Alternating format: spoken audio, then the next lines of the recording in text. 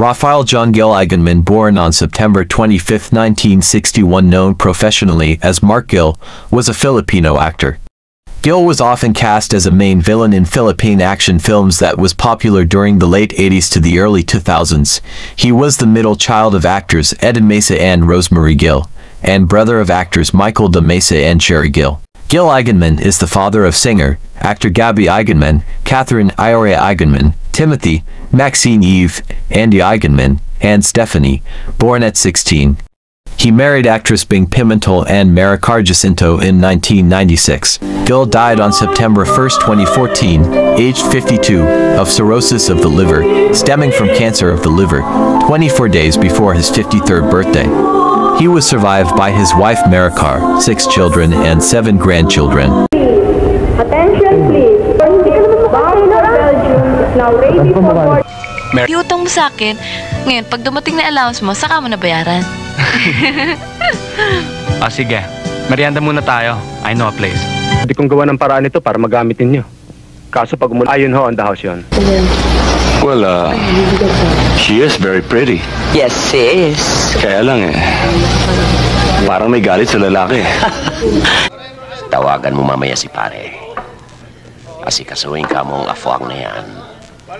Kailangan mareglo ang Boy Scout na yun bago maging problema. Sa mga nangyari sa'yo sa mga naging CEO mo, sana hindi mangyari sa atin. Magkakasundo tayo. Basta't makipag-coordinate ka lang. Lahat ng gawin mo, kailangan ipaalam mo muna. Tayo naman ang a-ambush sa kanila. Sarili mong tauhan! Lieutenant Arias, hindi ko alam ang sinasabi mo. Hanapin mo ang taong ito. Ang pangalan niya si Andy Chong, yan ang address niya. Dalhin mo sa kanya yung mga busabos katulad ni Gilier, namamatay sa gutom yan. Kung hindi man siya mamatay sa mga katulad niya. Isa pa pumupunta mga ganong klaseng tao.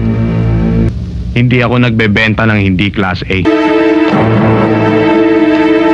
Sasaktan namin yung bata? Paano naman namin gagawin yun? Bata yun. Patay kayong lahat kapag hindi kayo umalis sa lupang ito. Ang champion lang.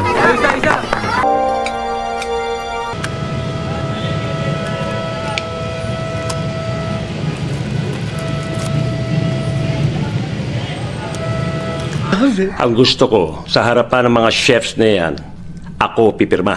Hindi ko man alam na sa kanya yun.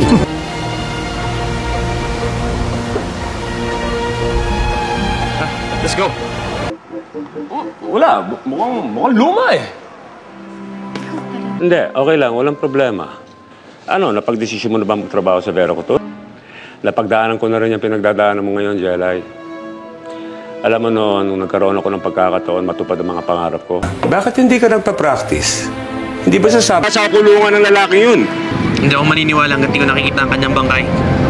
Nung tinuring mo kami ni Ikay na parang totoong pamilya mo,